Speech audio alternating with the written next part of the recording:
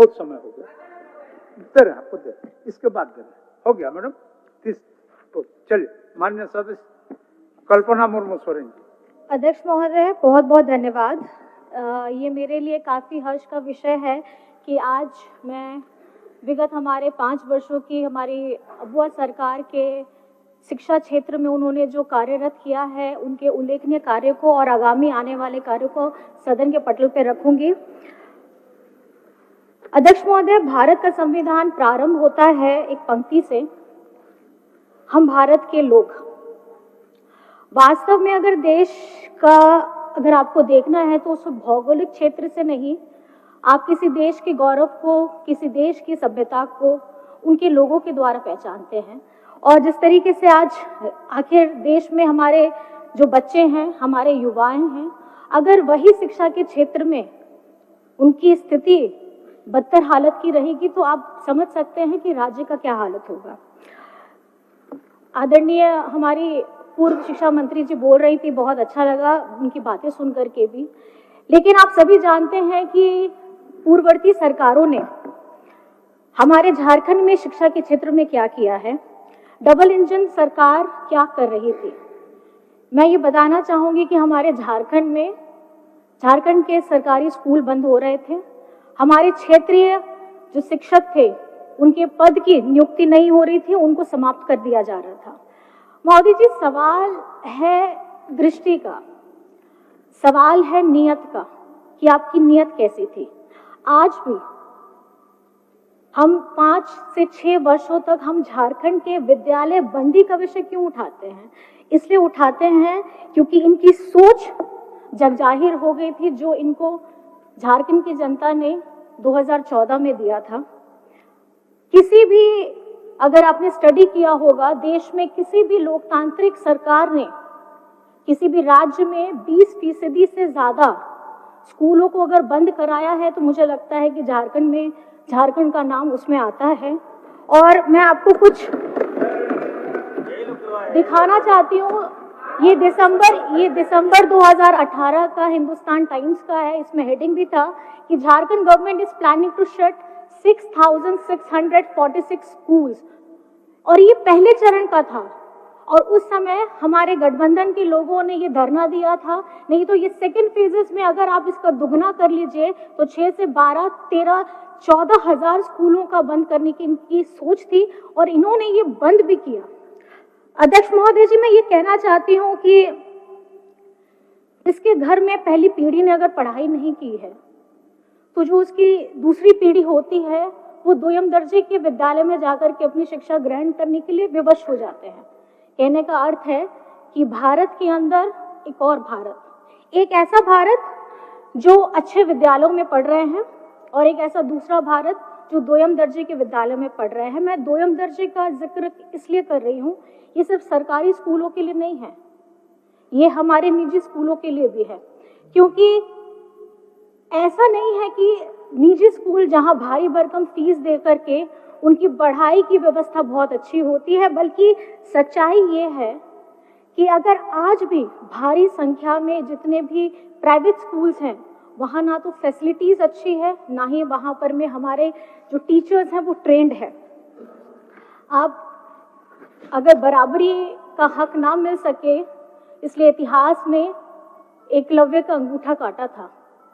ये महोदय जी, मैं कहना चाहती हूँ कि क्षेत्रीय भाषाओं के लिए या शिक्षा की व्यवस्था को सुधारने के लिए या शिक्षा कर्मियों के लिए ये उसी तरीके की पूर्ववर्ती जो सरकार थी, डबल इंजन की सरकार, इन्होंने हमारा अंगूठा काटने का काम किया था।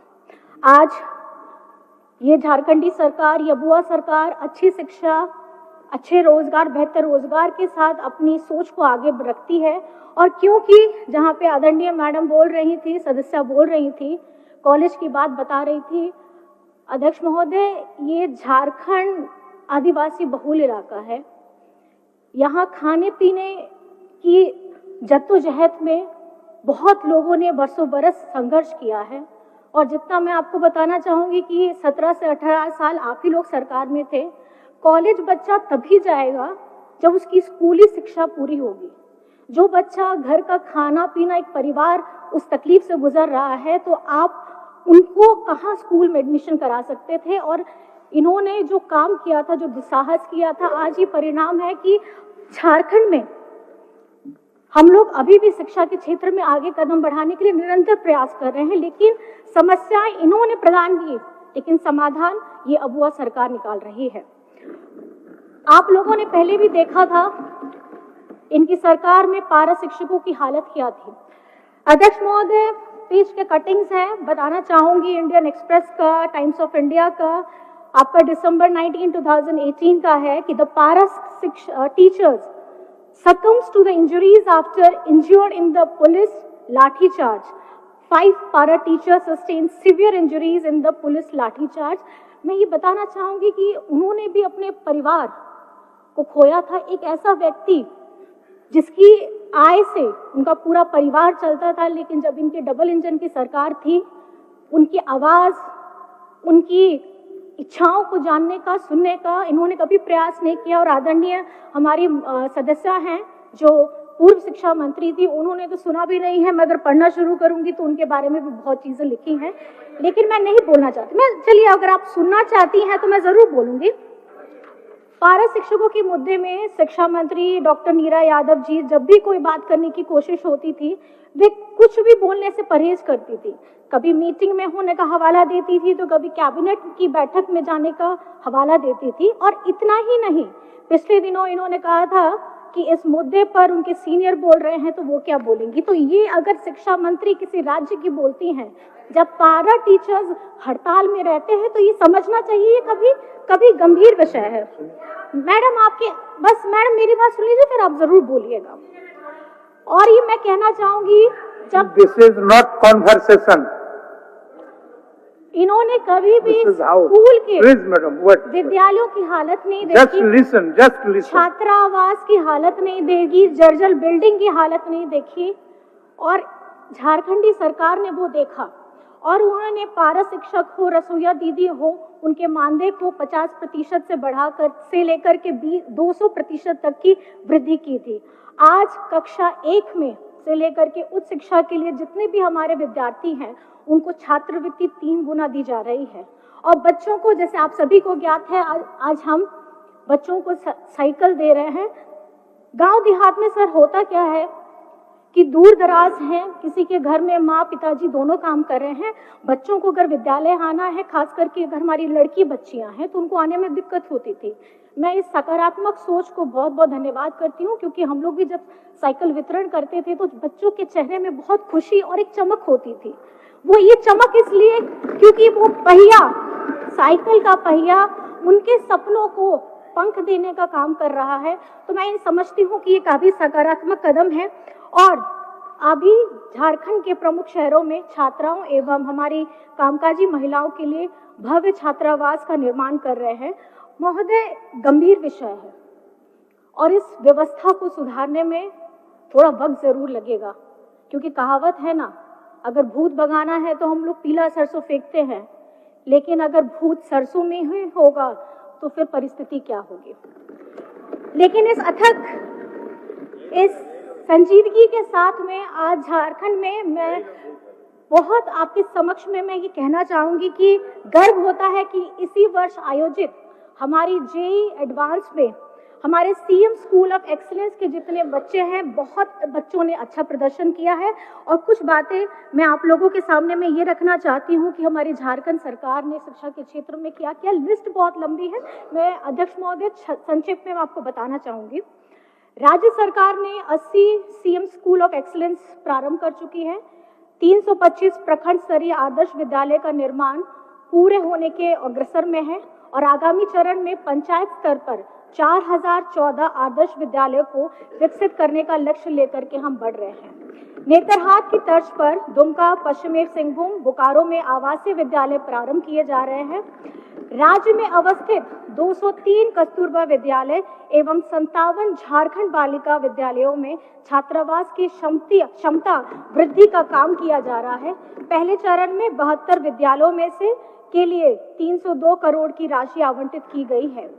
1050 उच्च प्राथमिक विद्यालयों में मैथ्स और साइंस के लैब प्रारंभ किए गए हैं। 5,393 विद्यालयों में ICT लैब की स्थापना की गई है। 3,552 विद्यालयों में स्मार्ट क्लासेस प्रारंभ किए हैं। 28,945 विद्यालयों को टैब प्रदान किए गए हैं और पारा शिक्षकों के मानदेय में वृद्धि के साथ साथ अब EPF की कटौती भी प्रारंभ हो गई है। विगत वर्षों में 12,816 graduated train teachers, 2,612 post graduate teachers और 585 लैब असिस्टेंट सहायकों की नियुक्ति की गई है। 1300 विद्यालयों की मातृभाषा आधारित बहुभाषीय शिक्षण व्यवस्था लागू की गई है। रसोइया दीदियों के मानदेय में 2,000 रुपए की प्रति माह की वृद्धि के साथ साथ अब 12 महीने का मानदेय देने का निर्णय लिया गया है। आगामी वर्ष में हमारी सरकार 26,001 सहायक आचार्यों की नियुक्ति करने जा रही है। माननीय सर्वोच्च न्यायालय के निर्णय के बाद अब यह स्थिति स्पष्ट हो चुकी है। तमाम अड़चनों के बाद आज इसे पार करते हुए हम परिणाम जारी करने की स्थिति में आ चुके हैं।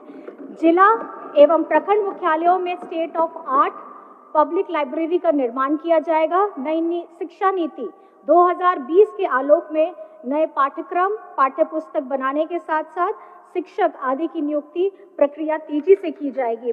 अध्यक्ष महोदय, इसके साथ साथ मैं ये बताना चाहती हूँ, ये सोच, क्योंकि जिस तरीके से हमारी आने वाली पीढ़ी है, कहीं ना कहीं हम लोग हर एक आयु वर्ग के हैं, हमारे झारखंड के बच्चों का भविष्य कैसे उज्जवल होगा, उसके लिए सकारात्मक कदम जो कुछ और पॉइंट्स में इसमें जोड़ना चाहूंगी अध्यक्ष महोदय। हम लोग झारखंड के लोगों के बच्चों के पाठ्य पढ़ाई प्रशिक्षण से संबंधित कई योजनाएं लेकर आ रहे हैं।